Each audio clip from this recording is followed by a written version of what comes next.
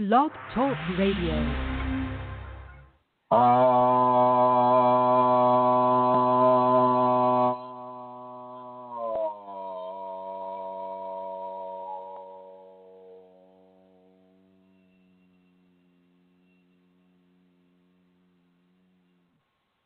Hello, everyone, and welcome to this conversation about your Kundalini awakening experiences. My name is Chrism, and as usual, we are going to start off right off the bat here. And I just want to say that there will be periods of time when you will be so tired within your Kundalini activation or the awakening that it'll be really hard to get up, much harder than, say, it would normally be. It'll be very difficult to get out of bed or to get motivated to do some things. As the Kundalini permeates your body, she's going to take some of the energy that you would normally have and apply it to the activation or the awakening, which is a transformation. The sacred feminine will apply this to the transformation, and you won't necessarily have a choice about that. And, this is something that is very concerning to people that have an 8 to 5 type of job situation, or, normally very, very energetic people that at the moment, that this occurs, all of a sudden they find themselves without as much energy, and so they feel something is wrong. And I just want to say that nothing is wrong. You may have to reprioritize some of your, really, really active activities, but nothing is really wrong. Actually, things are more right than wrong. And before I go further with this, I need to do a little bit of a sound check. So, Michelle or Vicky, if you could write to me and let me know if the sound is coming through clearly. I know Michelle's in Australia, so that's also a good test because you're way over there. I'd like to welcome the two of you and the guests. Vicky's typing right now, and she said, yes, the sound is coming through. So thank you, Vicky. Thank you very much. And, clear as a bell. Thank you. I feel clear as a bell, too, today. I really feel there's a certain level of clarity that I don't usually have, that I'm having right now. So thank you, Vicky. And then I'm going to come on over. I'm going to introduce my co-host right now, Amelia Santara. Hello, Amelia. Hi, Chrism. Hello, everybody. How is her? Is she coming through clearly enough? Sometimes we get a little bit of a technical difficulty with BlogTalk here. And so, Vicky, if you could listen to Santara as she sings an Irish jig. Go ahead, Santara. Hi, everybody. It's good to be here. I want to do a test. This is one position. And if there's a problem with this, I want to try something else. How's that, Vicky? Well, I think Vicky and is Michelle. answering. She says, hi, Santara. And it sounds like you're coming through very clear. Okay. Okay, I'll mute here in this position. So thanks, Chris, and thanks, Vicky and Michelle. Very good, very good. And so, as you go through this level of the activation or transformation or the awakening, it can happen in both areas. And again, it can come on, it can turn off, it can come on, it can turn off. And it'll often it'll follow that sine wave type of activity, or that the peaks and valleys, the peak being you would be really, really tired and, almost like chronic fatigue syndrome. And then, the valley of it, which would go away and you'd be very active again and so on and so forth. And you just want to surrender to these things.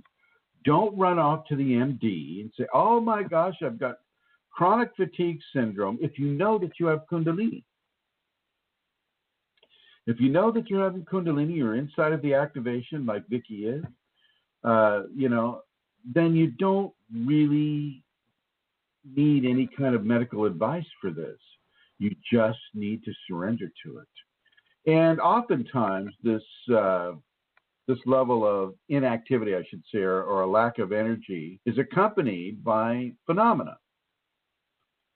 You may have some visions. You may become pressed down, like there's perhaps a heavy weight on your chest, and it'll press you down into your mattress, or if you're laying down into the couch, or someplace, even if you're just laying down on the floor, that heavy weight will come in and press you down, and that is typically accompanied by some sort of phenomena,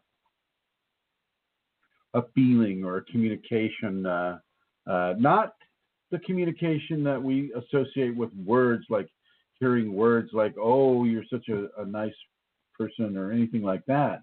It's more of a higher form of communication that can communicate the same thing, but it's not through words. Once again, just to back up a little bit, if you're hearing words, actual words in your mind, in your head, in a telepathic way, typically that's going to be of an entity source. Typically. Now, I can't say that it's that way all the time, but if it is that way, then it's something for you to look at, and to kind of,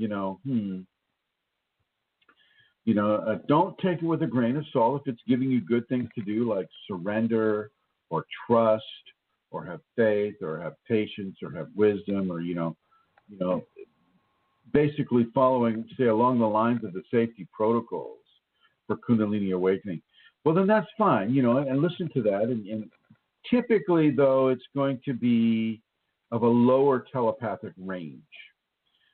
Within telepathy, you have low frequencies and you have higher frequencies. And the higher frequencies within telepathy, it comes through almost like a complete package rather than one word at a time. The lower frequencies will typically come in one word at a time, but the higher frequencies will come in as a suite of communications, or a package of communications, and so this is something to consider when you're going through these areas, and you're being pressed to lay down or to sit down or whatever, and it'll even happen in your car. I'm not necessarily saying that it'll happen while you're driving in the car. But if you're just sitting in your seat, you say you're waiting for the kids to come out of school, or you're waiting in some way, in a parking lot or something like that, it will press you down into your seat, and you'll just have to relax and receive.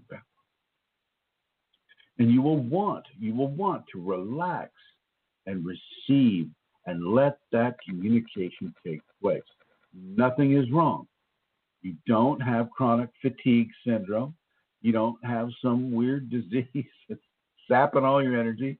You don't have, what's the other one they associate it with? You don't have Lyme disease. You don't have any of these, worst case scenario situations that often our ego will place into our consciousness because it doesn't know what's going on. Okay. And so as you go through these sine waves of enforced relaxation through effectively applied fatigue or tiredness, it's a communication. It's a communication about letting go of your current situation from an energetic standpoint, letting go of your current situation, taking a step back and going, okay, she wants this energy for a moment here. And even though I'm in my car in a parking lot, I'm safe. Doors are locked. I don't, evidently the kids aren't going to be coming out for, a half hour or so or whatever it is. Or I'm on the couch, or I'm on the bed, or I'm on my floor, or I'm, lying in the backyard in a hammock, whatever it may be. You're giving that energy and that time to the sacred feminine, to the Shakti. Very important to realize that. Once again, you do not have chronic fatigue syndrome. You don't have Lyme disease. You don't have, any of the various diseases that that make us feel weak and de-energized. Very important to remember this. And so, this will happen within the activation or the awakening sequences. So keep that in mind, my friends, as you come, into the Kundalini and you're going through the Kundalini. Energy will be taken away from you by the sacred feminine without your permission. But she times it right. I mean, she doesn't do it while you're, parachuting. She doesn't do it while you're in a high-speed chase with the cops. Like, in Ireland, Amelia, she's very close to the police department there. And sometimes she just joins into those high-speed chases. And she doesn't, the Kunalini doesn't come and interrupt that because, she knows that in Ireland, the roads are typically like 3 feet wide and, people have to stop and go around each other. They're very good at that. They're very congenial people. They get along very well on these 3-foot diameter roads, surrounded by hedges, really interesting, strange hedges. So she will not try to bring on this fatigue with regards, to hurting you or to putting you in a dangerous or hurtful situation. That will not occur. You have got to trust that she knows what she's doing with you. She knows you better than you know yourself, and she's making these transitions of an energetic rewiring within your body. And so it's very important for people to understand that and to surrender to it. And, the ebbs and flows, they're different for each person. So you may not have the same phenomena within the ebb and flow that other people have. I'll just use Amelia, will have a different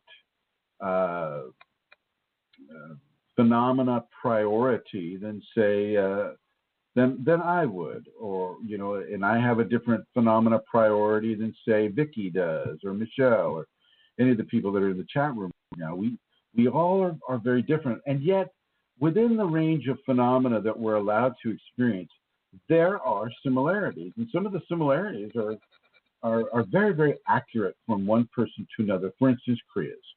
Kriyas are a shared experience that pretty much, anybody that has a human body and it gets twisted into, say, yoga positions or other kinds of positions that maybe don't resemble yoga, but, they're there. And the Kundalini puts you in those positions and holds you in those positions. And you see, that's a fairly common phenomena that goes across the board for all people.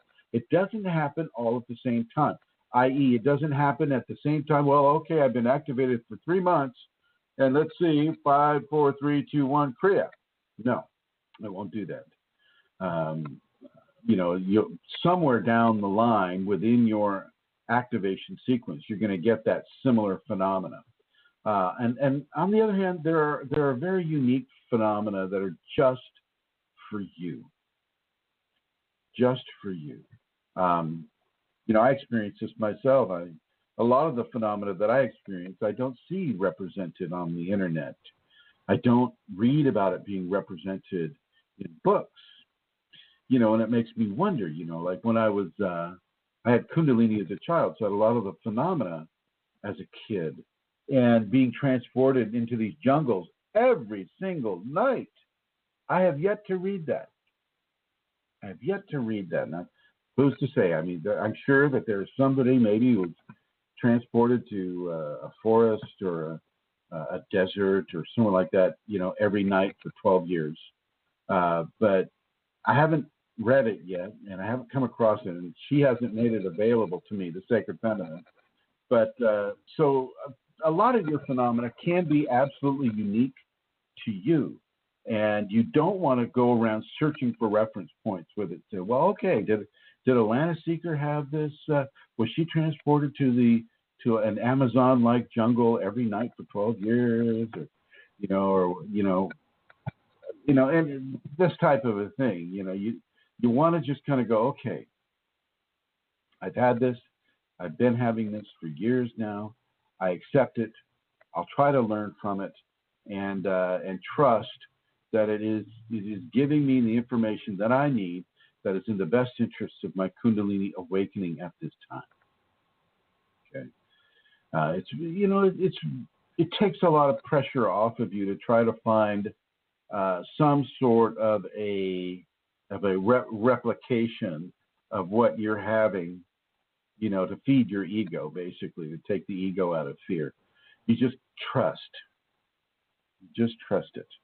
And as you come into these levels of phenomena, the out-of-body experiences, with the Kundalini, the OOB or the out-of-body experience, you can either get really grounded with it, which means you don't have them, or it really opens up the door where you go out of body and you're learning, you're interacting with other conscious forms, you're traveling, through the different planets and the galaxies and whatnot. I experienced, both of those qualities. It was totally turned off, and then it was totally accelerated. And, you learn from these areas. You don't want to expect or have or develop an attachment-based expectation to these different phenomena like the OOB. The out-of-body experience will come and it will go.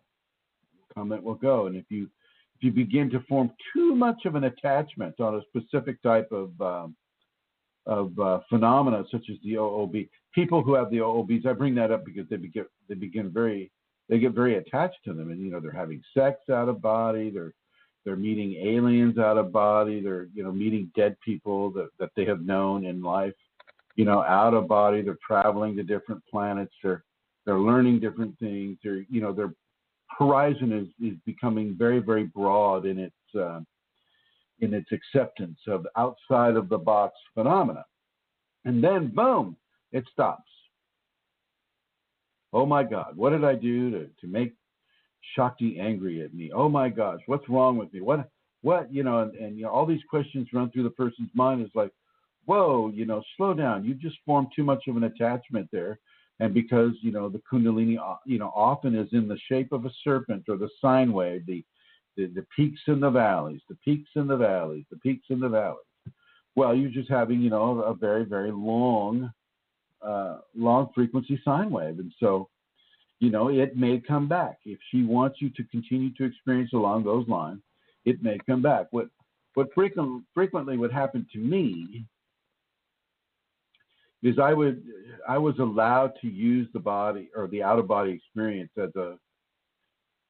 as a way to track entity phenomena that would occur for me. I think I mentioned this on the program before, but a few years ago, an incubus, succubus team were trying to, do the harvesting of the sexual fluids. And, I caught him at it twice, and I said, don't do it anymore.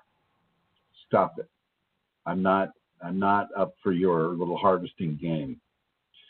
And the very next morning, at around 6 a.m, they tried it again, and I woke up and I interrupted them, and they left really quick, and I was mad, I was angry at them. And I said, fine, I'm going to come get you. And I slammed my head into the pillow and immediately astral projected to where they were. Okay. So, that's kind of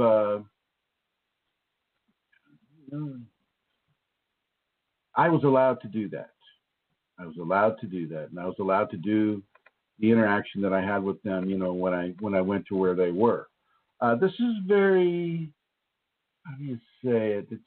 It's definitely a Kundalini phenomenon. It's not one that I have read about lately. I'm trying to remember right now if I can read any other reference points for people doing that. I think so. I think within the out-of-body experiences that others, are able to do these things too, where you just basically you set an intention, and the intention chooses or finds the direction where your where your spirit is going to go, or your consciousness is going to go when you go out of body. It can also be a Kundalini thing where she helped me do a certain thing. But it's important that we don't form strong attachments to this. And the other thing is, say you're afraid that the opposite is true as well. My sister, the first time she tried marijuana, she immediately had an out of body experience, and I wasn't there, but she was in her teens, and I don't know. I guess she took a couple of puffs off a marijuana cigarette, and she kind of zoned out, I think, in front of the TV, and she woke up floating on the ceiling, watching herself sleeping, watching TV. And it just scared the heck out of her. She never did it again. And to this day, and she's in her 40s now, 40s, 50s. She won't even go near it. She won't even touch it because of that one experience. And if you have that kind of response to like, say, a Kundalini-induced out-of-body experience where you're so terrified of it, well, she might just do the opposite. She just might keep putting you out there, keep having you wake up inside of a dream, or actually feel the separation sequence when the consciousness leaves the body and hears that thunderclap or that loud pop, and there you are, you're floating over your body, and then out your ceiling, and you can go through the walls, and you can do all kinds of things when you're out of body in that way. And so she just may enforce that for you. One of the main things with the Kundalini during these phenomena phases is keeping you from going into fear. She'll throw you in the water and help you learn how to swim. But the thing is, when she throws you in the water, you don't get to die, you don't get to drown, but you get to feel like you are. In a way, she's a very, very difficult teacher, but she's a very thorough teacher in these ways. So as you go through this phenomena stage, and you're not forming attachments, you're staying neutral to the attachments, you're observing and experiencing and learning from the manifestations as they come. As you do that, you're allowing yourself to really begin to walk in the Kundalini world where you don't have attachments, you don't have expectations, you're not in such fear that you're paralyzed, say, in so much fear. You're not doing that. You're accepting, you're surrendering, you have the faith, you have the trust, you're sincere in that faith and that trust and that communication with the Shakti. And you're sincere in your level of surrender to this entire process, which will last for the rest of your life. Okay. And just an FYI, somebody asked me on the Facebook group today, how do I keep, my communication with the Kundalini going? And one of those techniques that a person uses to nourish the Kundalini is to practice the Kundalini awakening safeties, the safety protocols, and I'll give you the website for that right now, and that's all one word, kundalinisafeties.com/en/. And this will take you right to that webpage where the safeties are, and practice those twice a day, morning and evening, every day, even if you don't feel well. Now, if you break your leg or something like that, well, then you're not going to be able to do some of the exercises, but you can still do the behaviorals. The behaviorals in the Kundalini awakening safeties are just as important as the physical practice. In the safeties, I have you doing the Tibetans, the 5 Tibetans, and those require leg movement. So if you break your leg, you're going to have a hard time with that. But you can still do the alternate nostril breathing. You can still do the forgiveness, the trust, the sincerity, the patience, the honesty, the truth. tolerance, all within the Kundalini Awakening safeties as well. So you can do those things, even if you say your mobility has been breached. So as we continue along within the phenomena phase, some of you will be receiving information, as I mentioned before, in the dream state. And in the dream state, you'll find yourself in a situation that is it's definitely a dream situation. But somewhere in the dream situation, someone will come up to you and they'll say something like this. They'll say, "So, you think you're ready?" Or something like this. They'll say, "So, do you think you're ready for the blue?" And you'll kind of go, "What?" But you'll kind of feel yourself waking up too, and kind of going, "Oh, wait a minute." Yeah. And they'll say, "For the blue."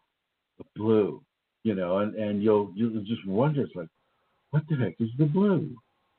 And the blue would be the sacred sacred male aspect of the Kundalini, and that would be the Shakti or the Shiva in your dream state going, "Are you ready for sacred male? Are you ready for the blue? Or are you ready for the red?" Okay. Or they'll show you a picture of a beautiful red ruby or something like that, or a woman in red, and she'll just like come up to you and just say, give you a happy dream time experience or some sort of a teaching within the dream time experience as she's dressed in that ruby red dress, and eventually you'll begin to put one and one together, and you'll get the two, and you'll begin to understand that, oh my God, that's the Shakti that's coming to me. That's sacred feminine that is coming to me, and she's guiding me, she's helping me, she's alerting me to her presence. So a lot of you will have that. Sometimes you'll have me, if you have me as a teacher then, or if you even are just listening to me, or if the Kundalini wants me as your teacher, she will insert me into your dream life in some sort of a position within your dream life. And there you'll see this guy with a beard, and glasses. He'll be talking to a bunch of other people, but he may just look right at you and just say hello, or just kind of give you some sort of a telepathic message. And this would be the Shakti, once again, or the Shiva, and giving you an information that this man is to be your flesh teacher. This is what she is chosen for you. And this happens to people. I know it sounds weird, and it sounds very egocentric, and it's not really. I'm not doing that consciously.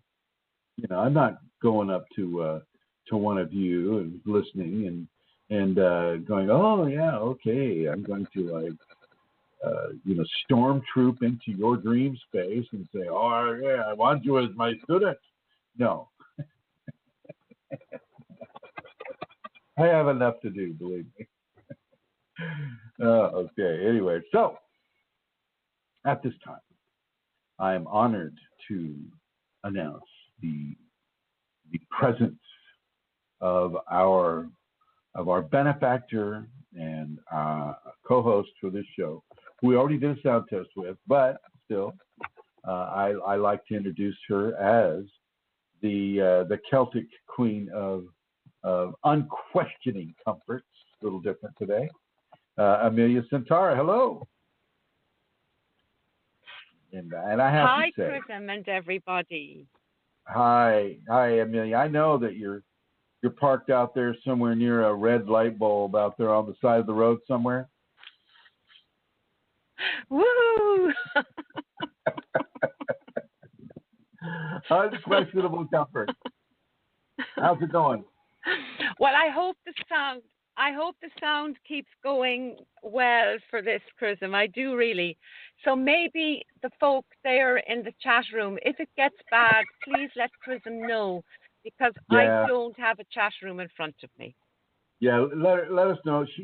Sometimes she'll have an echo for everybody else but me here in the studio. and her on the side of the road Exactly. with a broken passenger side window in a car that's all dented up inside of a storm near the ocean of Kerry, Ireland, and you know, is that how it is today, Amelia?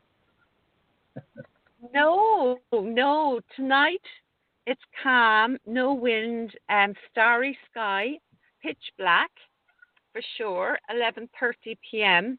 But no, not like last week, Chrism. Oh, good. Good Yeah, to hear. and I would like to just tell people that are here in the studio with us, I don't have control of the studio. Yes, I do. I can bring you on and off, but I can't put up your names. So 848, I know that that's Tyra. So if, Tyra, you would like to speak with Chrism, just press number 1, and we will both know that you want to speak with him. And of course, you know that 651, who 651 and 952 are. So, yeah, Tyra, if at any point during the show you want to ask a question, press number 1 and we will be alerted, okay? Tyra, yeah. Okay, Tyra 848. All right, very good. Would this be Tyra Banks? Kidding. Who's she?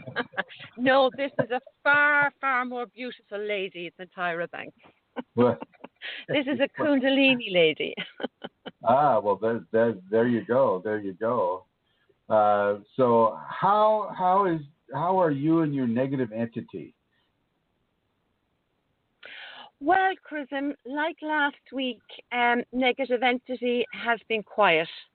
I have had nothing from negative entity. So it remains the same. Either, hiding or gone, or I'm not paying much attention as to what's going on. All I can say is negative entity is quiet. So even when your ego gets out of whack or you start really slipping into Egoville, it doesn't say anything? No, I'm not. No, not the way it had been doing. Of course, I slip into Egoville. I like that, actually. Yeah, but no, I'm not getting what I used to get at all. There's nothing coming. None of the usual things that were there. Yeah. Well, good. So progress. Yeah. I will see that as progress. It is, I think, but I'm also, there's other things going on for me at the moment, and it's going on all week. It's probably going on longer, actually.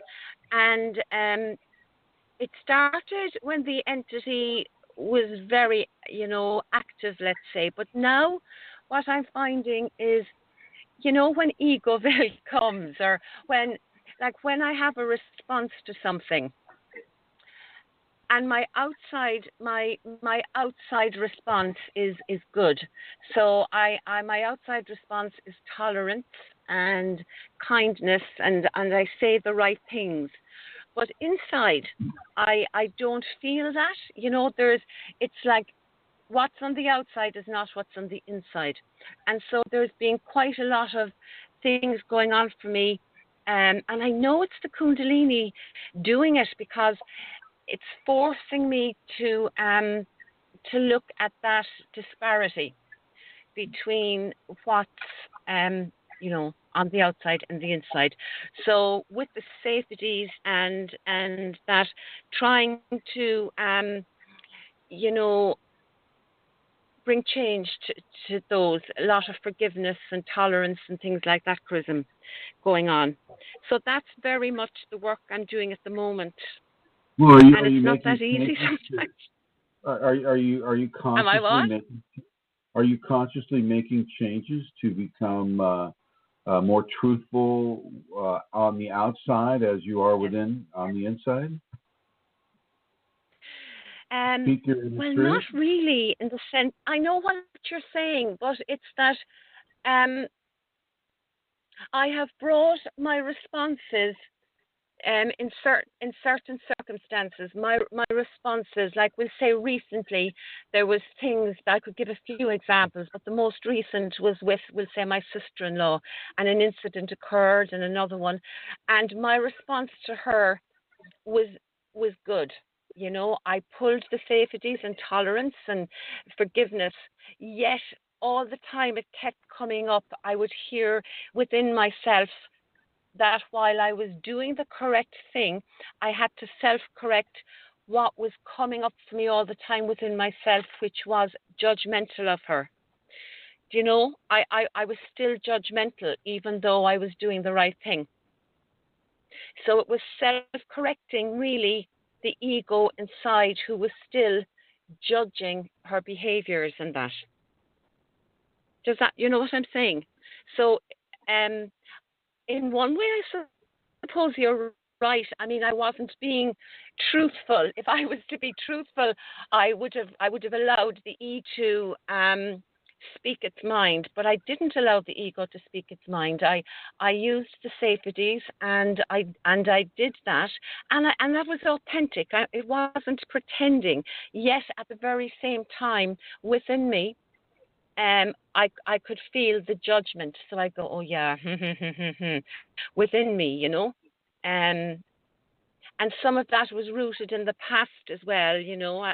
Things like she was being very hypocritical, let's say, and well, she was, and so I was also trying to say, you know, that's a fact that she was, you know. Yet I would then bring up other stuff that was judgmental. So it was about self-correcting that ego judgment of her behavior that I had to work on, and that's what was within the inside of me. She didn't know that was going on, so I didn't create any drama or any.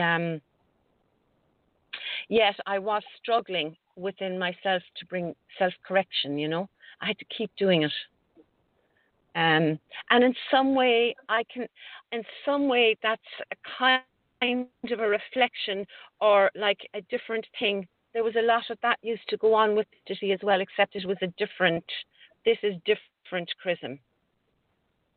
I don't know if it's very hard to put words on it, you know, but that's the best I can do. Are you there? Am I talking to myself?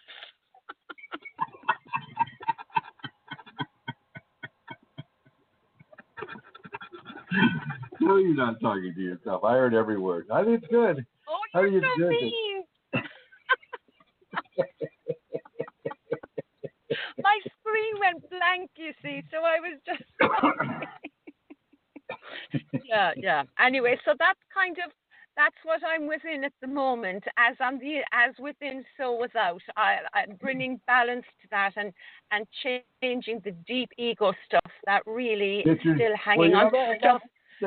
I think that's what people will find themselves doing too. It's like you'll be in these conversations with your family or you know, your kids or friends or people that you work with, and you know, you'll be thinking it's like, oh man, this person's going way off. You know, like say, you know, the MD standing there, you're sitting on that bed, and they got that wretched tissue paper under your bare ass, and you know, and he's going, well, you know, I think you have this. And he's like going, you're just thinking it's like clueless. MD is clueless, and yet I'm still sitting on this tissue paper that's crawling up my ass. MD is clueless. But you have to say, oh, doctor. so yeah. Are you ever so slightly mocking me now?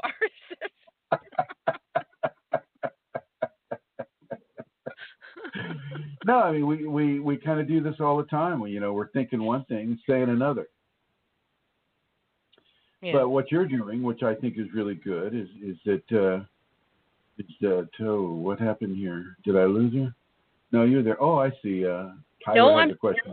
I'll come right over to you, Tyler, in a second. What I like about what you're doing is that you're actively, you know, in this process of self-correction. And when I'm thinking that about the MD, I'm thinking, well, okay, MD doesn't know what he's doing, and that's okay. I forgive. And then once again, like you mentioned, there's the level of tolerance and all of that too. And we live with our sleeping brothers and sisters, and they need to be honored while they're sleeping as if they are awake. And so, even though they're not. And so I like what you're doing. The only comment I would have would be to try to phrase words to allow your inner truth to come forward without, disturbing, I guess, to a large degree, the person that's sitting there and being in their ego in front of you, Yes, and actually what's interesting, Chrism, is I can kind of do that, and that's, I think, outward tolerance, let's say, that I'm giving. It's not so much the person that's having the hissy fit and the behavior stuff. It's what's within me is what I'm trying to set correct, because it's, I know what you're saying there, actually, yeah. Yeah. Well, that's great. That's great. Okay, I'm going to come on over here to Tyra. And hello, Tyra. How are you? Hi, Tyra. I think it's Tyra. Tyra, this is I'm talking to 848-459, and you put a question mark up there next to your phone number, which kind of indicates that you might have a question. Chrism to Tyra, over. Okay. You there? Hi, how are you? Hi, I'm fine, Tyra. How are you? I'm very well, thank you. Thank you so much. I unfortunately couldn't attend for past 2 weeks, so I kind of miss it. But one question that I have is that what I feel for myself is that some days I am very calm, kind of in my very slow motion mode, you can say, very patient, and I'm in my own world. And then there are some days where I cannot tolerate any people. I get really agitated, and I have no patience. I really have no patience. Do you drink a lot of coffee? Not a lot of coffee, but I do have a tea like once a day. Yeah, but it's with milk. It's tea with milk, yes. But it's black tea? No black tea, no. Yeah, it's a black tea, but with milk. Yes, you're right. It's black tea, yes. That's got more caffeine than a cup of coffee. You realize that? No, I didn't know that. I have like half a cup of that once a day. That's too much? Yeah, you shouldn't be having any caffeine at all. Not even those really good pieces of dark chocolate that are like 80% chocolate, the ones that I like. You don't even want to have that. You don't want to have any caffeine at all. And that will blow away your patience. That will just set in a level of strong anxiety that kind of covers everything in front of you. Oh, okay. Yeah. Because and that's the first thing when I heard you talking. It's the first thing that came to me from my Kundalini was she's eating caffeine every day. Really, yeah. Because you know what? You're right. Today I didn't have my tea, so I was just drinking coffee. My half a cup is still there with milk. And you were absolutely right. I was drinking coffee. I still have my cup here in front of me. So you're right on the dot there. It does well. Actually, I can't take any credit for that. When Kundalini does it, I give her all the credit. She did that. And so the thing is I would really start to really cut back on the caffeine. If you can do it cold turkey, great. If you can't, then do it incrementally. And then your adrenal situation will change. Your, you know, the hormonal situation will change. And then from that position, you can really gauge, you know, from a correct standpoint, what the sine wave with your Kundalini is. And I, you know, the caffeine has a definite level of intolerance within it. It's very difficult to tolerate things that are being abrasive to the ego or to what the Kundalini is doing. Right. Because Kundalini will amplify a lot of these things, and so when you drink the caffeine, and it's you know, the caffeine automatically stimulates an adrenal response, and the Kundalini is already stimulating an adrenal response, and so you get this double whammy of huge amounts of adrenal into the blood, and that puts a patina of anxiety over everything, and that anxiety can actually turn into paranoia, and you know, the person will kind of blame it on other people. They won't see their own reflection in the mirror, so to speak, and it makes it very difficult to be around other people in those circumstances. Oh, you're absolutely right. I mean, and it makes it initially, very difficult. You can't meditate, you can't pray. I mean, it's very difficult to do a lot of these things when you're inside of the activation-based transformation stage of the Kundalini. Now, after you've had the Kundalini, like, say, 7 or 8 years, you can go back to having your black tea or your coffee or whatever. Your adrenals have gone through the transformation, so they're set. And then, you know, it's not a forever thing, but it does last a number of years. And you know, for the person that's digging their coffee right now, they're going, oh, yeah, that's forever. No, I mean, if you look at the number of lives we can have, and it's a major transformation, so that's not, I mean, on a time scale basis, it doesn't seem that long, but sometimes I feel like I will be so agitated that my literally my third eye chakra will start hurting me, and my top, like, crown, it starts spinning, really. Yeah, that's all caffeine oriented, so.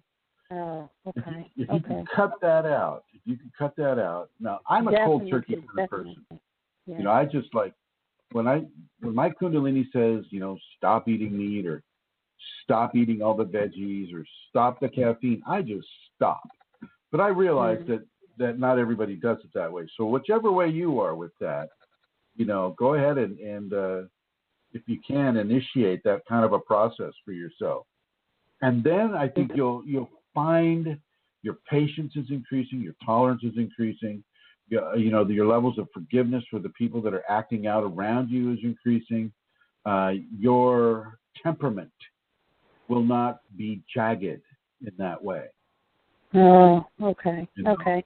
Yeah, because unless you're, you know, if you're in Ireland and you're parked out in the middle of nowhere with a broken passenger side window and the wind is shrieking through the car, and papers and your litter inside the car is flying up, you know, unless that's happening, then, you know, you should be calm.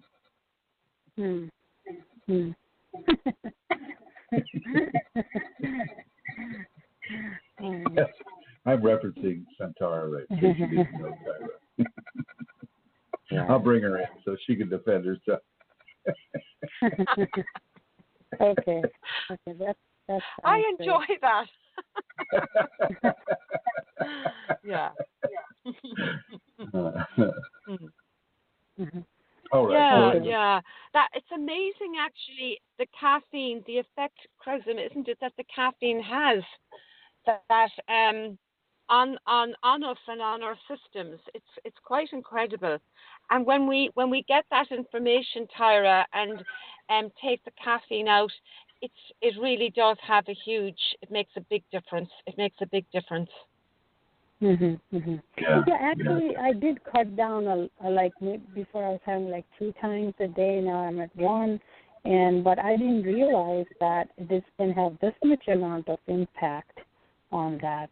So I'll definitely keep that in mind, and I'll stop. But it's just sometimes in the morning you're so tired, and and sometimes even with after the meditation and Kundalini, my body gets so tired. Like say, even after all the yogic kriyas, I stay there on the floor for like 15, 20 minutes. But sometimes it's like all of the muscles are in so much in ache and pain. It's like my whole body's breaking off. Caffeine won't help that. Oh, okay, got it. No, it's a hypertensive type of thing, and it really, it increases the blood pressure, it increases the heart rate, of course, but it also, increases the amount of adrenaline in the system, and the adrenaline will actually tighten things up. What you've been doing when you're laying on the floor having your kriyas, well, that's a Kundalini controlled type of scenario, and this is good. But don't pour caffeine into your system after you're having kriyas. Oh, okay. Yeah. There's just some things, and once again, it's not the end of the world or anything that you've been having caffeine all this time. Even just an FYI, there's a 36-hour half-life of caffeine in the human body, so it takes 36 hours for it to clear. So the cup of coffee you're having right now is not going to clear, until 36 hours after you finish the last sip. Wow. Yeah. Well, and so thank you. But once again, you forgive yourself. Who knew, right? Who knew? And so you just forgive yourself. You go, okay, I'll make this change, and you move right on through it. It's not a problem. Not a problem at all. Yeah, because I'm trying to, there are scenarios like what earlier you guys were talking about, families and conflicts. We all have those family members. So I am kind of really secluding myself. I'm at the stage where I don't want to deal with nobody. I don't want to waste my breath or energy. I have started secluding myself, and that's more peaceful. That may still occur, Tyra. That may still happen. Sometimes you don't need to be around vexatious people or people that are bothering you all the time. Right. If you happen to have relatives or people around you, like say workmates or whatever, that are constantly bothering you, you'll feel the need to seclude yourself from these people until your tolerance builds and your strength builds and your trust in Kundalini builds and your acceptance of the Kundalini in every facet of your life. Like Centauri, you listen to Centauri, and she comes over to her some in-law's house, and she's listening to herself, but she's listening to what she's doing inside of a conversation, and inside of her Kundalini expression. She's self-correcting. She's gauging her interaction with this other person. She's working the Kundalini safeties inside of that conversation that she's having. And when you get to that position where you can do that, where you can constantly remember that, I have the Kundalini, and that will change the way I behave with people, and that type of thing. Until you're there, you may find yourself kind of like walking away from the crowds or the malls or the going out to see a movie where you're surrounded by all kinds of people's thoughts, because Kundalini people often have levels of telepathy that they constantly pick up people's thoughts. And it's not like you get to hear, it's like, oh, yes, I want to make love to that woman up there. She's so pretty. It's not like you're hearing that type of thing. No. It's definitely draining. Like if someone would invite me to a party, like a New Year's party or holiday party, and I would be so tired in 1 hour, I could not sit there. So past 2 years, I have stopped going to all the parties. Just tell them that don't invite me. I cannot come. So does that mean that you kicked the cocaine and the heroin and the alcohol? No. Just like regular, like a family dinner type of thing, Chrism. I kid you. That just people are talking. I'm just saying simple conversations, where people Yeah. interact. They're talking about how great their children are. It's like a race of bragging and I know all the how competition. great their house is and how expensive their car is. The small talk can affect you deeply. You know, I have a student. I'm constantly working with them, and their telepathic abilities are really lighting up, and they go to work, and they're constantly able to telepathically discern what the people are saying. And you've got to understand that most people will not say to you what they're really thinking. Oh, yeah. They're not going to say. It's like Amelia and her sister-in-law. You know, she won't say to her sister-in-law what she's really thinking. Well, your work partners will not say to you what they're really thinking, but your Kundalini will let you know exactly what they're thinking. And there becomes this confusing where you're hearing one thing with your ears and you're hearing something else with your mind. And, which is the true thing? And so you're wavering between the two areas. And when you're early on in this, it's not easy to discern which is true. And you find yourself isolating yourself from people in general. And you can't do that at work. If you're on a team or, some sort of a situation at work where you have to work with the other workers, you don't get to just like, I'm going to go stand in the corner over there.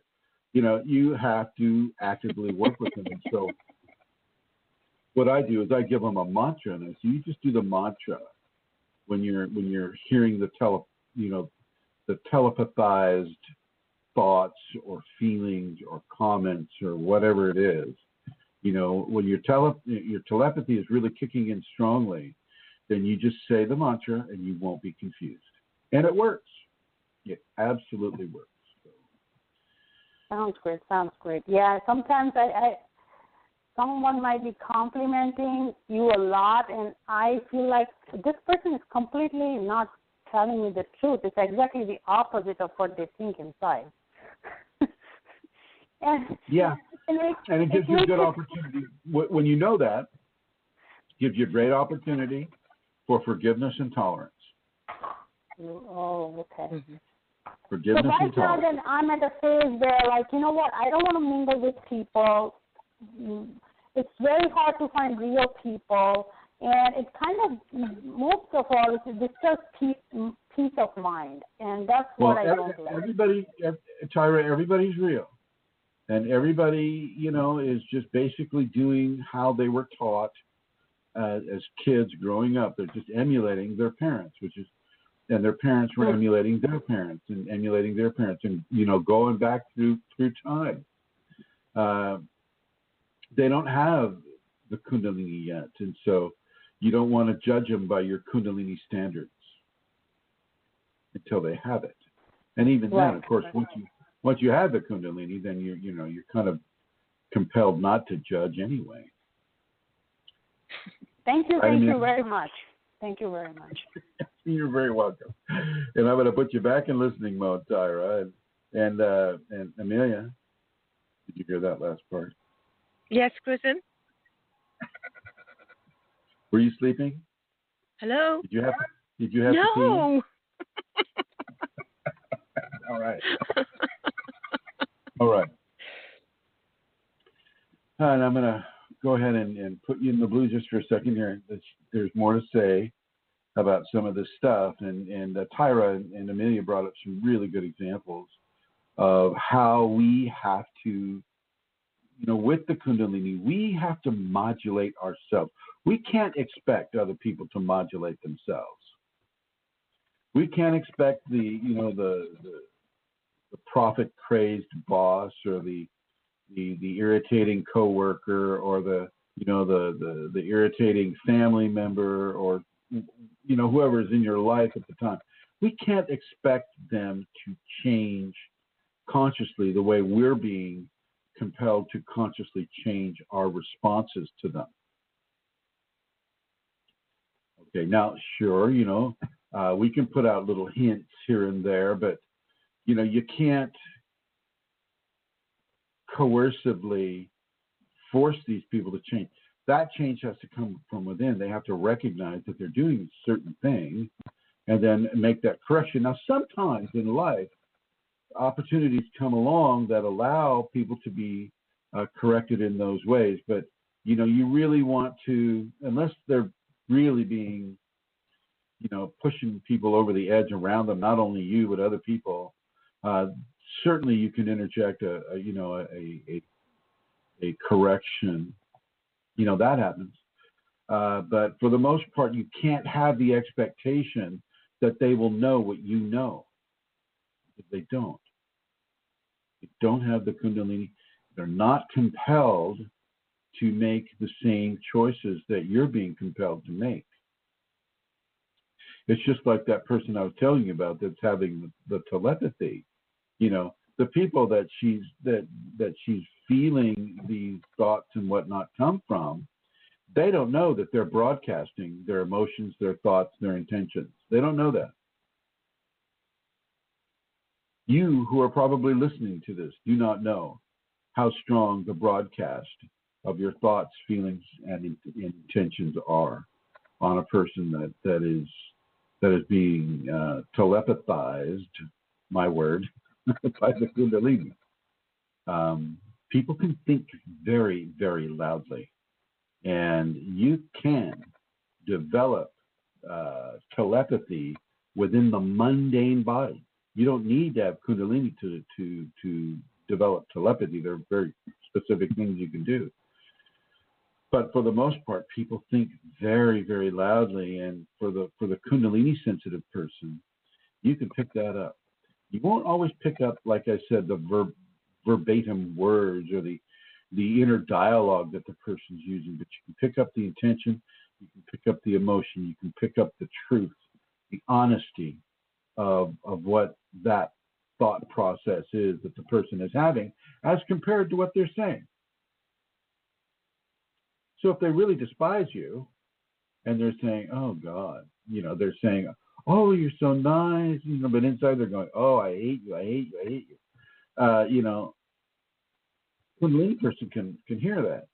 And so once again, as I was mentioning to Tyra, you have a perfect opportunity for forgiveness and tolerance.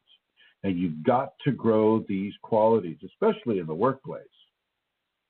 And your family's a good place to start too.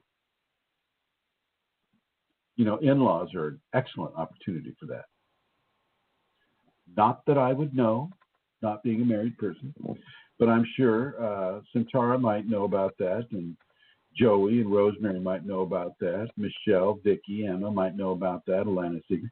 So there you have that. So now, since we're talking about telepathy, and I mentioned that there are high frequencies and there are low frequencies, but you also have bands of telepathy, BANDS, bands, almost like bandwidth, right?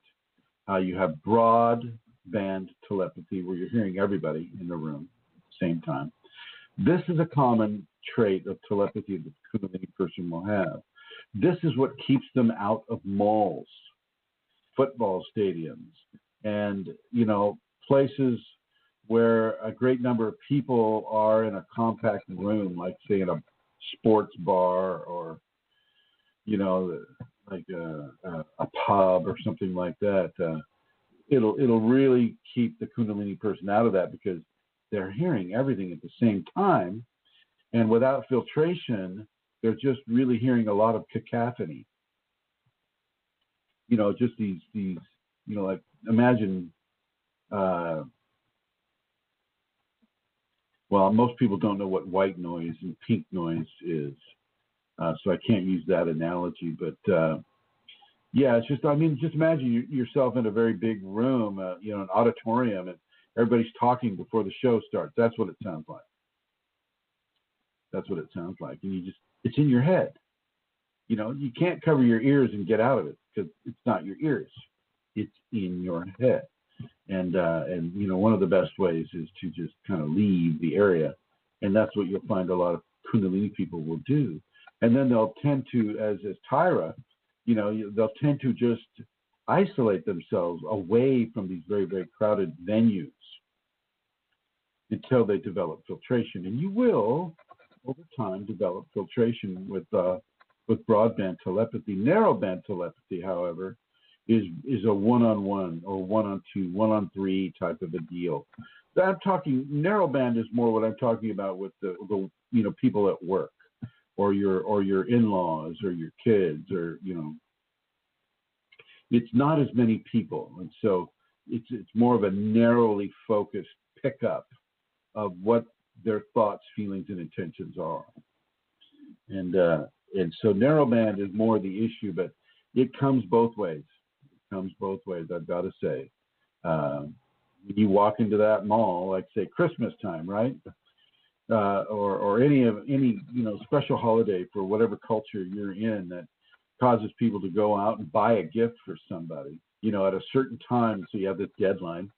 And in the Christian world, it's Christmas is one of those times, and you just have all these shoppers and all these buildings, and you just your head is hearing it all of it. And there is no filtration, if you don't have it. And it's just, you just want to get out. You just want to get out. And you'll never find yourself in a football stadium. And even going to church, even if you just have about 50 or 60 people, it's a big deal. It's a lot of noise. And you'll find yourself, maybe I'll pass it. Maybe I'll sleep in on Sunday. Or if you have a church like, say, the Catholics, they have like at 7 o'clock mass in the evening, where there's fewer people, and you probably fit something like that in. So yeah, these qualities are very, very important to discuss and to discern, and you need to really, really, once again, I'm going to say it again, you've got to remember constantly that you have Kundalini, constantly. It has to be a second nature understanding of yourself. You can't ever just like, oh yeah, I'll just go to the bar and watch a, soccer match. No.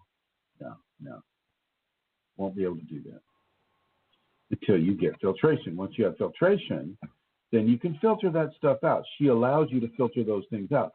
I could go into a sports bar right now and watch some sort of a sporting event, or, like when I went to Ireland, the times that I would go to Ireland, Amelia will take me to these pubs, her favorite pubs.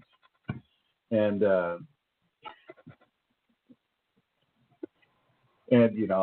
go into those pubs and, have some food, She's down there in Kerry right now. They have this one pub down there. It's kind of interesting. It's definitely a pub, but it's a restaurant pub.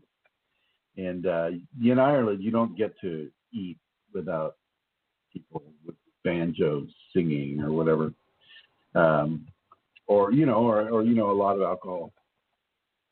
But there's this pub down there, and I think it's called the Seven Seas. Or let me come on over to Amelia. What's that place you and John took me to down there in Kerry? It's a walk-in place. What's it called? Is it the place with the curry? No, it's not that place. This is in Kerry. This is right near the ocean. Oh. Yeah, it's one of your local restaurants right there, Castle Gregory. Oh, I don't know, Chrism. It could be seven hogs. The 7 hogs. 7 hogs? Oh my God, yeah. 7 hogs? Really? It's called that? Yeah. Yeah. Actually, that's kind of where I am. Need to know that. They serve black pudding and white pudding there, then I imagine. Well, it's called the 7 Hogs because there are 7 islands out there called the Hogs. They're called the Hogs, the 7 Hogs. So it's not about eating pork. Yeah, it's not, but there's still a picture of a little pig playing the violin next to their the 7 Hogs bar and restaurant. But that's why it's called that. Oh, okay. Now, hang on. Michelle is asking a question. She says, is having boundaries similar to filtering? No, not at all. Not at all. Because, you can have boundaries, Michelle. You can have boundaries with people that are, I mean, you're in the mall and you're shopping for Christmas, and they have Christmas in Ireland, I think, and Australia. And you can have a boundary, to the next shopper. You don't have to know them. You can have that boundary, and then personal bubble of space, that you typically keep between yourself and another person. But with telepathy, there are no boundaries. Distance can be a bit of a boundary. So the more distance you have from a person, the more of a boundary you create just through that distance. Personal boundaries do not really compute, say, within the Kundalini context with somebody who's been telepathized by Shakti. The filters, basically what happens is you take broadband, from broadband to narrowband, from narrowband to very distant band. In other words, it's like split viewing where you choose to hear or not.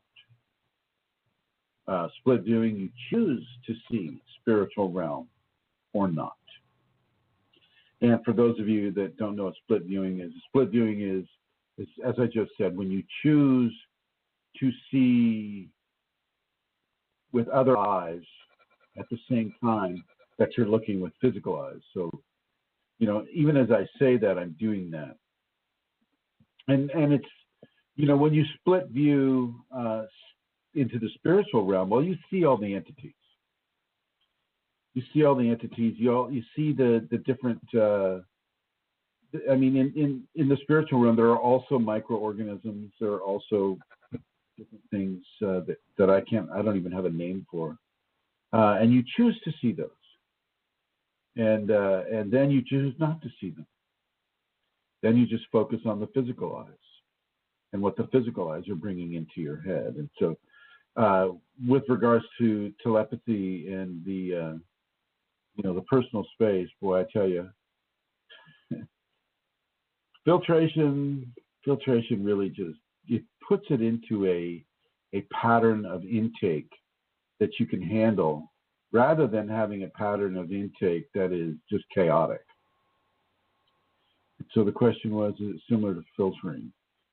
No, but it does, I guess it does create a mountain, so I guess there could be some there. Filtration is very important, and she gives that to you. She gives that to you. She gives the bestowed quality. You got to remember that, within all these sacred skills, the telepathy, the clairvoyance, the clairaudience, the psychometry,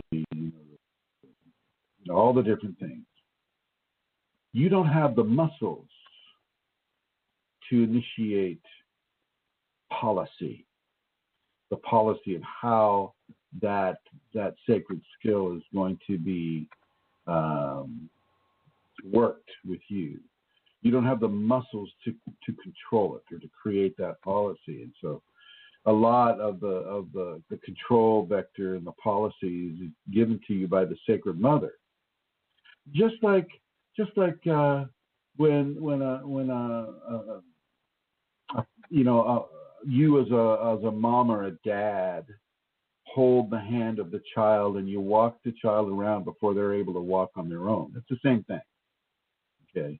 Shakti's holding you by the hand and she's helping you walk in this other world at the same time as you walk in this world. 1 foot in heaven, 1 foot on the earth. And so she helps you walk that way. And she helps you walk with telepathy. She helps you walk with psychometry. She helps you walk with clairvoyance and clairaudience, all the different sacred skill sets. She holds your hand. All right, so good. Now, do you have any questions that you may have collected, Centauro? I do, Chrism, but maybe before that, if I can, we have 2 seminars coming up. One in Berlin in September, and we've got another one in October in Minnesota. And, for years you've been giving seminars and having Kundalini gatherings all over the place, in many places. It sounds like a lot because you've had them in Los Angeles and Phoenix and Santa Rosa, in New York, in Ireland a few times, and in Berlin, Minnesota, in Berlin last year. And while it sounds like you have a lot, it's actually rare enough. The opportunity to come and meet you at a seminar is actually rare enough. And so I suppose I'd like to ask you a few questions maybe about the seminar from your experience of meeting people and students and Kundalini people and non-Kundalini people. If I just have a few little questions, if that would be okay. That's fine. Go ahead. Okay, thank you. So one question would be, person has Kundalini activated already. Why would they need to attend a seminar? Well, they may be or why would it benefit them? They may be falling into levels of pain or confusion or some levels of imbalance. They may not have the information that they need to understand. It's just what we were talking about. Just having the telepathy and having all of that noise converge inside your brain can drive you nuts. You can't work. You can't communicate. You don't know what's wrong with you. You're going to go to the MD, and he's going to give you a really, really strong tranquilizer, and then you're going to be walking around, with the Thorazine shuffle, and trying to drive and trying to work and trying to commit yourself to the normal levels of life experience that you would have had before your Kundalini came up, only because you don't have the level of information that you need to find the balance. Well, these seminars, they give you that information. Not only do they give you the information, but the radiance that comes off of the teacher also gives you a level of Shaktipat for sure, but also a form of balance within it. When you couple that radiance with the information, it equals a very, very strong, steady, loving, compassionate equation. Over. Thanks, Chrism. Is there any preparation that a person needs to do if they know they're going to attend a seminar? Anything required beforehand? Get a handle on the safety. Start practicing the safety. Start watching the videos. The videos have a lot of information, and start really adding those together. Watching the videos and then applying the safeties and the subject of the videos to yourself. Begin a trust in the Kundalini. Begin, if you don't already have one, begin to do what you're doing, Santara, and to keep the presence of Kundalini constantly on the forefront of your conscious. That's always helpful, so that when you come into the seminar, you're in a very receptive mode, and you're able to really just, for some people, they just get blown away by it. I've had people come into Kriyas immediately. Some people pop right there. Okay, so could you say a little bit more about how a seminar might look for a person who hasn't been to one before? Well, you arrive and you meet other people that are there, and a lot of these people will have the Kundalini, and so you start making these friends immediately because Kundalini knows itself, and basically you get to really begin to form a network of friendships from around the world, and because it's clearly an international type of thing for the most part, depending on where the seminar is being held. And so in Berlin, it'll be a very, very international crowd because there's so many countries in the European Union that are right next door to each other. And so that's the first thing, is you get to meet all of these other people, and then, you're seated in a chair, and then the trumpets will sound. You'll hear this trumpeting sound. da-da-da, da-da-da-da-da-da-da-da. And then you'll hear a thump, thump, thump, thump, thump, thump. And pretty soon the whole room is shaking, and this helicopter lands on the roof.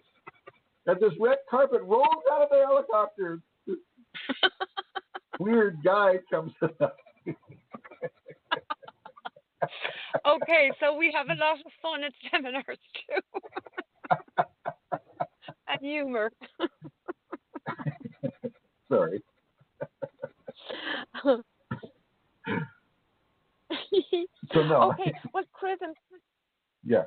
Continue. Sorry. So at the seminar, I mean, it's basically I will stand or sit at the head of the room, and I'll just start preaching at you, and I'll come over and I'll, it's like sometimes I see things happening to people, and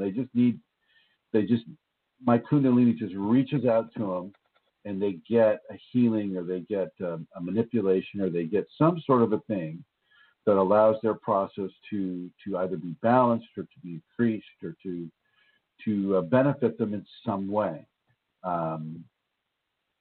Or I'll have assistants there, and like you've been an assistant to me. Or what do you do?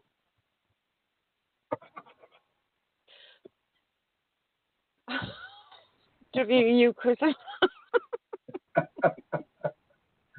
So yeah, and so basically you'll have a handout, and it'll be like a binder, and we go right through the binder. We talk about the safeties. We talk about, we demonstrate the safeties. But for the first day, I try to give you as much information as I possibly can. I know I only have 16 hours to give you as much information and as much radiance as I can. And that's what's going on. The Shaktipat, the radiance, and the information. And Chrism, would each seminar be the same? How do you plan a seminar? No, they're never the same. They're never the same. They're the same in a bold or broad outline. They're the same. I'm there. You're there. Chairs are there. There's a room typically. But the sequence of the seminar is very, very different. So, for instance, for the people that went to the Berlin seminar last year, Berlin seminar this year will be completely different. Absolutely stunningly different. With some of the information will be similar, but the activities, the explanations, the questions, the energy will be completely different. Every single time. Yes. I've never had one that went the same. They're not cookie cutter type of scenarios. They're very different, each one. And I'm amazed at that myself. I come out of these seminars and go, wow, she did that one very different. And I'm going to bring Rosemary in here into this conversation too. And just hi, Rosemary. Hello, Chrism and Santara. Hey, Rosemary. Have you noticed the difference in each seminar that you've been to? Yes, there is, and it's a beautiful thought to think about, because it is the care of our Mother Kundalini who's tending to her family, and the needs of people are all different. And exactly. Well said. So thank you, Rosemary, and I'm just going to keep you on there, but go ahead with your next question, Santana. Okay, thank you, and I can affirm that as well. That would be my experience as well. They're all very different. It's quite amazing to me. I've never been bored at it. The very first seminar that we did in Ireland at your house, Amelia, has never been replicated. No, it has not. Amelia has a standing stone, and I don't know if anybody knows what a standing stone is. In Ireland, the ancient Paleolithic people knew how to manipulate energy in such a way that they could put these huge stones in places like, what's that place in Britain called? Stonehenge. Like Stonehenge. And all over the environment there, especially I think on on the eastern side of the island, County Waterford, I think. Is that right, Amelia? Waterford is, yes. They have a lot of these stone monuments all over the countryside, and John and Amelia had one that was laying down, that had been knocked over by dynamite or something like that. It had been put out of place, and it was laying on its side. And I recognized it immediately, and the Shakti pot that was given to each individual, and there were like, I think, 27, almost 30 people, Amelia? Yeah, 20 odd, that's correct. Every Shakti pot took place with that person laying down on that ancient standing stone. It was so amazing to do it that way. And that's the only time that has been done. And since that standing stone has been placed in their yard, and there are very, very specific energies associated with that standing stone and consciousness. So yeah, you never get the same thing with these seminars. Some of the information you may recognize, but the energy is different and the activities will be different. Over. That's right. And even the person themselves, if they've been, like, to speak with people from Berlin, they're different as well since last year. So that's also part of the equation, I think. And the Kundalini knows what each person needs as well. And that's given through you, Chrism. And that always amazes me. It's just amazing. Can I ask you as well, for people who are listening who might want to know, do you do meditation or yoga at your seminars? Yeah, we do vertical yoga, but we're not doing like Kundalini yoga or any of the other yogic practices that you would associate with Hinduism. But we're doing vertical yoga. Do we do meditation? We do a little bit of meditation, but it's not, people come from all over the place, and I have a lot of information to give them. And so I'm not spending a lot of time meditating, maybe 21 minutes of meditation. People have questions about meditation, and so I'll get into the meditation with them and show the meditation techniques that are best suited towards Kundalini, which you might, may be surprised, those of you that are listening now and in the archives, you may be surprised to know that not all yogas or meditations are conducive to Kundalini.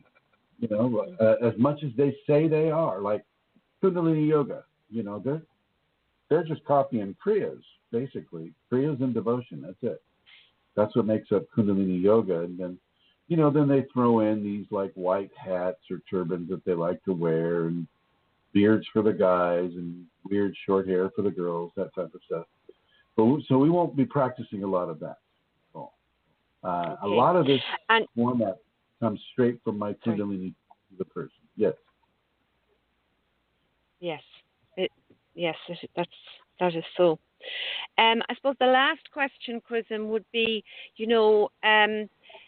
so if I'm listening to this, what can you just say why it might be good for me again to come? What is it? Like, if I didn't come, what might I miss out on? What would be a good reason for me to come? Whether I have Kundalini or not. I cannot tell you what you'd miss out on, okay? Because it'll be a different seminar in Berlin than it ever has been anywhere else. But you'll miss out on the information. You'll miss out on the radiance. You'll miss out on the Shakti pod. You'll miss out on a level of strengthening and confidence and clarity and love and devotion, understanding, comprehension that you wouldn't normally get. If you like what anything that I write on the various groups that I write on, you'll get that firsthand. You'll dip into a level of radiance that you don't yourself have, and that can be a very strong experience. If you don't have Kundalini activated, you may walk away with it being activated. If you already have it activated, well, you may walk away with it being awakened. I've seen it occur over and over and over. And, it's a rare thing, and you're correct. I typically try to make it outside of the country once a year. I have yet to do it this year. So I'm grateful to Manish for setting this up for Berlin, and I'm grateful to Rosemary and for setting it up in Minnesota, and Joey and Katie for doing the expos and helping Rosemary organize. I'm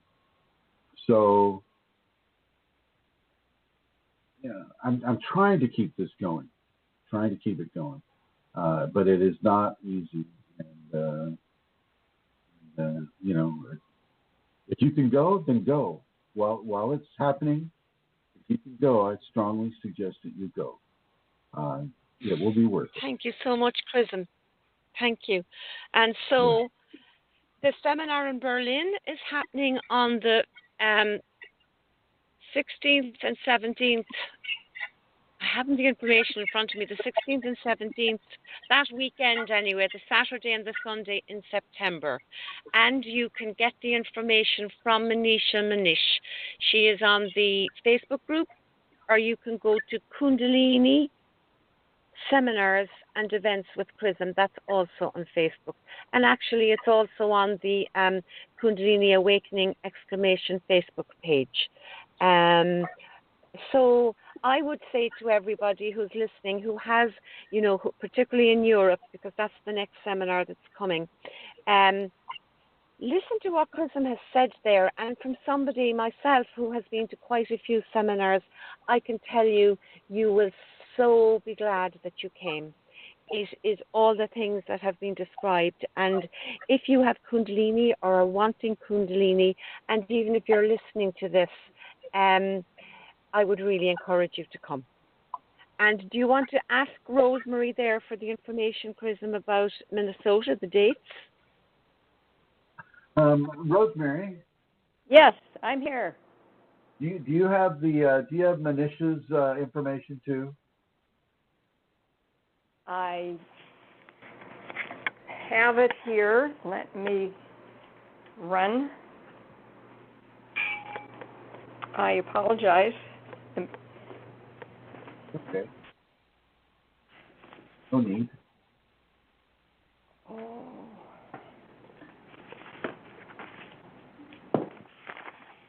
Yes, I do. It is the one in Berlin is the 16th and 17th of September, and there will be gathering of students who have been in the seminar last year. That will be happening Friday evening. And great opportunity for everyone. I have maybe mentioned before, I had two intentions when I asked Chrism to come back and do that first seminar that I worked on, was not just only the seminar, but there'd be a Kundalini community here, a sense of people knowing others and being connected. That's so important but so rare. And that's an opportunity Friday evening in Berlin. That is like that. So that's what I have for them. Do you have contact information for Manisha? I do, yes. I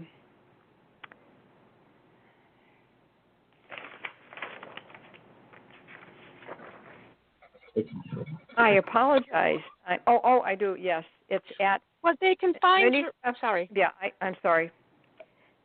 Manisha, MANEESHA, at posteo.de. So POSTEO.de. Thank you, my dear. Thank you very much. And if you could make your announcement for the Minnesota seminar?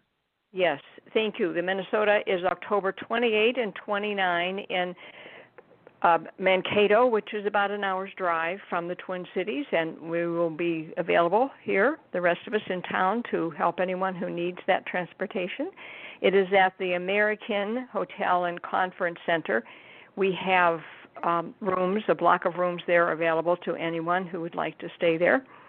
And my information is rosemaryg@usinternet.com, and love talking with people. I've been getting calls off and on, and really exciting. When I talk to someone, I put the phone down. It's really a gift to me, that conversation. And I think that's about it. Any other questions? Anything I missed? Phone number, no. I don't think I said. Phone number 952-303-6438 or 651-329-9615. That last number has texting reception, so the other one is my regular old-fashioned line. But I'm here watching and listening. How about your email address? rosemaryg@usinternet.com. Thank you, Chrism. All right. Well, thank you, Rosemary. Thank you very much for coming on board with that and setting that up.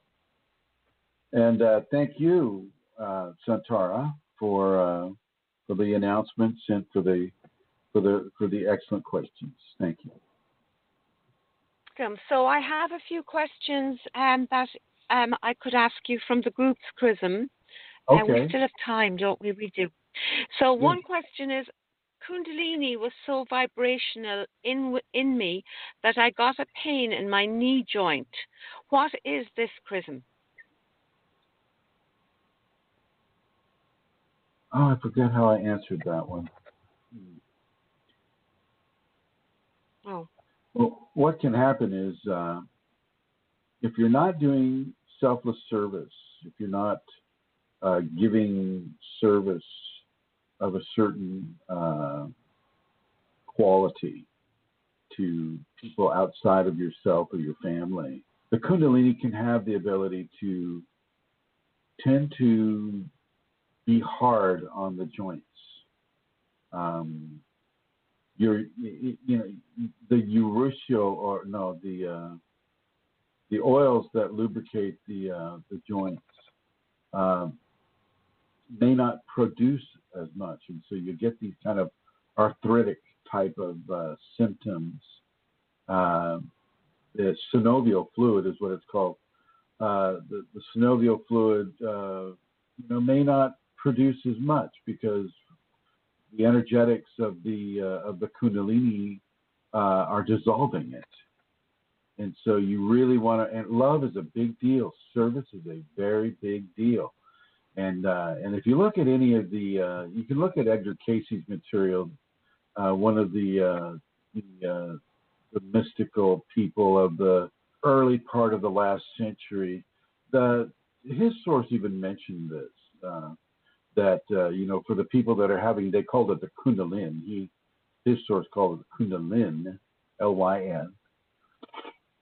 For those that are having the Kundalini, from too much meditation, too much prayer, they must have that activity in conjunction with giving service to other people, or it can have a negative effect on the body system.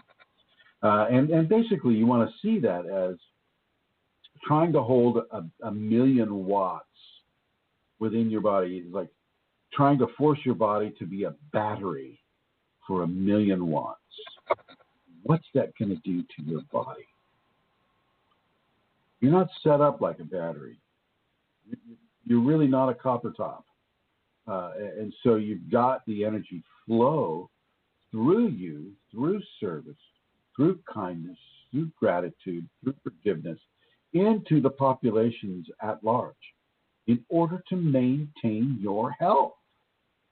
This is one of the biggest scenarios with the Kundalini awakening, is that it doesn't get to just sit inside you.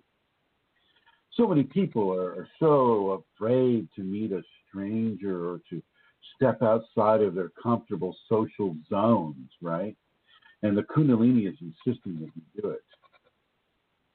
And there are very, very good reasons why you need to do that. And one of those reasons is that it can start affecting the level of synovial fluid that your body develops, causing a joint like a knee or an elbow or a shoulder or a hip or an ankle or a wrist or finger, joints to freeze up. So you really want to pay attention to that. You really want to reach out into the populations. And it's not just the populations of people, not just human beings. You can reach into the population of insects or the population of plants or the populations of animals or fish. You can literally reach into the population of stars around this star. You can literally do that. But you've got to reach out. You've got to let that love flow from the divine through you as a conduit into this physical realm. That's part of the deal. That's part of the deal of being semi-divine. It's about service. It's about reaching in and giving metaphysical divinity into the physical processes. And it's also that it also happens to be the next evolution of human beings as well. And so you're the forerunner of a race that is yet to be. And you're giving to that race that is yet to be. You're setting the groundwork for that race that has yet to come into existence. You are that orbiter. You are that person that is setting up through this selfless service for the various populations and environments on this world. You are setting the stage for others to dance on. It's extremely important to do. And it's extremely important that you realize that, hey, I've got Kundalini now, and it's not just for me to just like, wow, I've got Kundalini now. Oh, cool. I can just sit back and have it. You can't. You can't just sit back and have it. Can't be a couch potato. It's a powerful, powerful, powerful connection. And that power needs to be respected and honored. And part of that power is its flow from you into the environments and the populations of creation upon this world.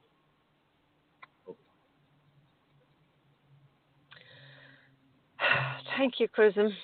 See, this is why people need to come to a seminar. Because, thank you, Chrism.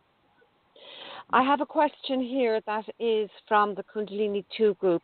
It says, could I ask if when going through the Kundalini process, could there be some damage to the brain if drinking and smoking is being done over a long period of time, especially if there is a lot of work and Kundalini energy being done around the head? Would the alcohol disrupt all that work? And even worse, could it make the person a little brain damaged or ruin many functions of the brain for good? I often think there is this powerful Kundalini energy mixed with alcohol. Could it do some damage? Yes. Anytime you drink alcohol, it's killing your brain cells.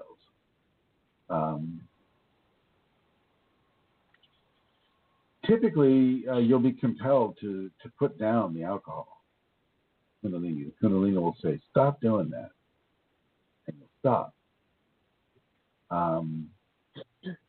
But if she wants you to kind of have the self-discipline to just want to do the right thing, to do that, then yeah, you go ahead and you stop doing the drugs and alcohol.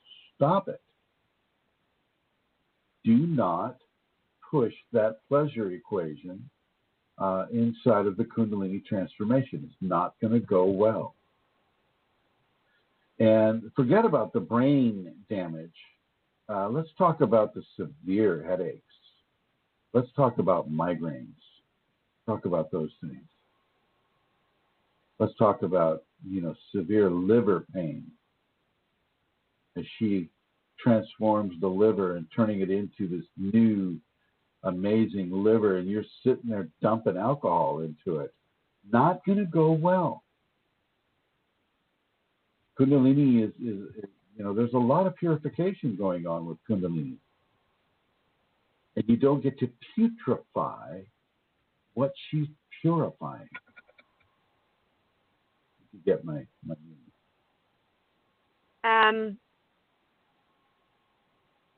There was a comment made on the group recently, and this is it. It said, they say question everything.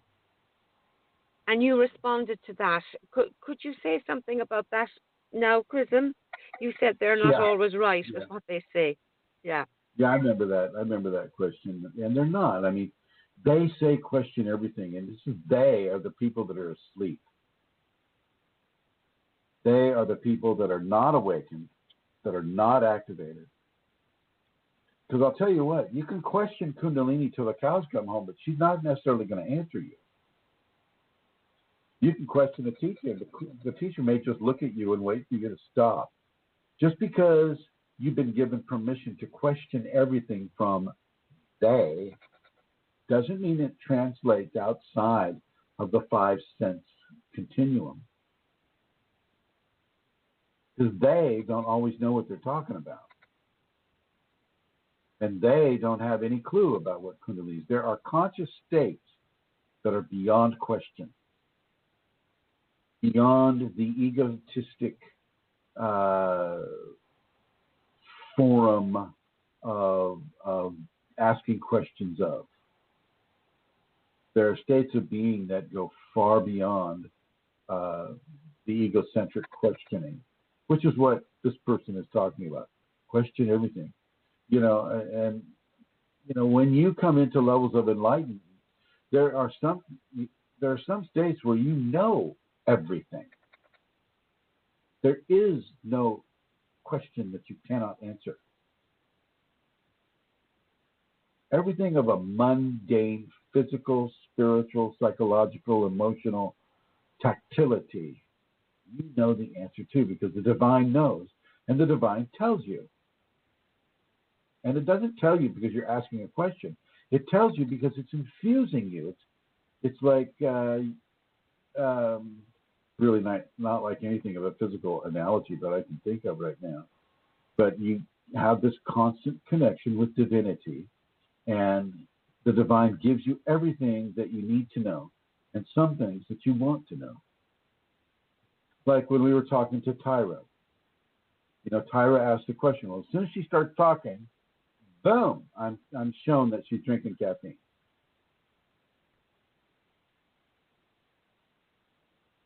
That's what I'm talking about. I don't know Tyra from St. Francis of Assisi. I don't know Tyra. I've never met Tyra before. I don't know what she looks like, although I can kind of see. But I don't know her. I've never spoken with her before that I can recall. Is this the first time she was on the show, Amelia? No, Tyra has rang in a few times, Chrism, quite often. Okay, all right. So, I didn't recognize the 848. But I knew that she's been drinking caffeine, and if she's been ringing in before, she knows not to drink the caffeine. Because I mention it fairly consistently. But that is what I'm talking about. You just know. You have instant knowledge about things going on. And these are unquestioned, because you know they're true. You don't need to question the truth of it. And if you trust, and if you have faith, then there also is no need to question. Talking about absolute forms of trust here. Trust that allows you to just lay down on the floor with your arms and legs open and giving yourself to the Kundalini, giving yourself completely, not knowing what it looks like or what it is, trust the divine that way. Don't need to question. The knowledge that you need to have will be given. Guarantee you, it'll be given.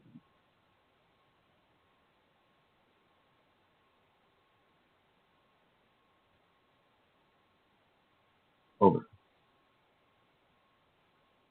Thank you, Chrism. Now, why do people pass themselves off as gurus or masters? Is this an ego thing? Sometimes it is. Sometimes it is. A woman by the name of Eileen Lauro started the whole Master Chrism thing. She and another person named Bradley and a few other people, I forget if Helen was part of that or not. I think you were around by that time, weren't you, Amelia? Or no, I was Master Chrism before that, I think. Yeah, you were. So they got together and they said, hey, you know, Chrism just doesn't cut it. Before I had been just going as Chrism, you know, lowercase, you know, CHRSM. And they came to me and they said, we don't think that you're being appreciated as much as if you had a title in front of your name. And so they went through the titles of what they felt would be appropriate. And they came up with Master Chrism. And I have to say I was opposed to it. But I really felt this such a strong compelling to get out into the populations. Just as I was telling you about earlier, you know, about giving selfless service so that the Kundalini doesn't damage you. Well, I was in that phase, and I was doing that, and I felt, well, okay, fine. If putting something like master, I was dead set against guru. If something like that works for people and makes them more comfortable to take the information, then I'll do it. And so I agreed to it, kind of grudgingly, and that's how that occurred. It didn't really trigger an egotistic response. Like you said, I didn't really enjoy it at first, and I never signed my name that way ever.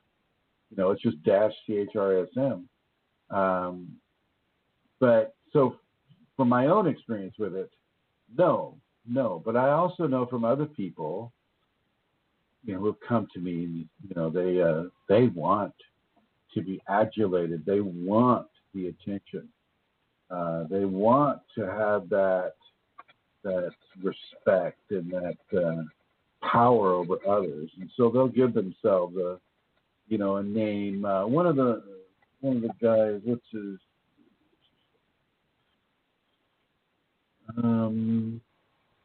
Well, there's some guy out there that's teaching Kunalini that gave himself the name of another famous Indian teacher, and he goes around with the name of that famous Indian teacher. He doesn't have Kundalini himself, but he Eckhart Tolle? Huh? Is it Eckhart?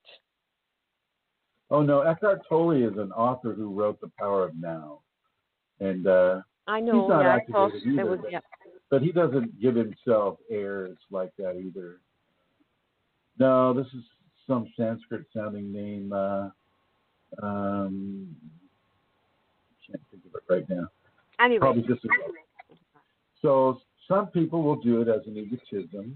Other people, like Sadhguru, I don't know what sad means. I mean, I know what it means in English, but I'm not quite sure what they're referring to in Sanskrit. I know it doesn't mean disappointed or depressed. Sadhguru, actually, he has a vibe. He has a good vibration, and he has really good knowledge to impart to people. So, boom, he's really good. Another one, Gopi Krishna, Sri Gopi Krishna.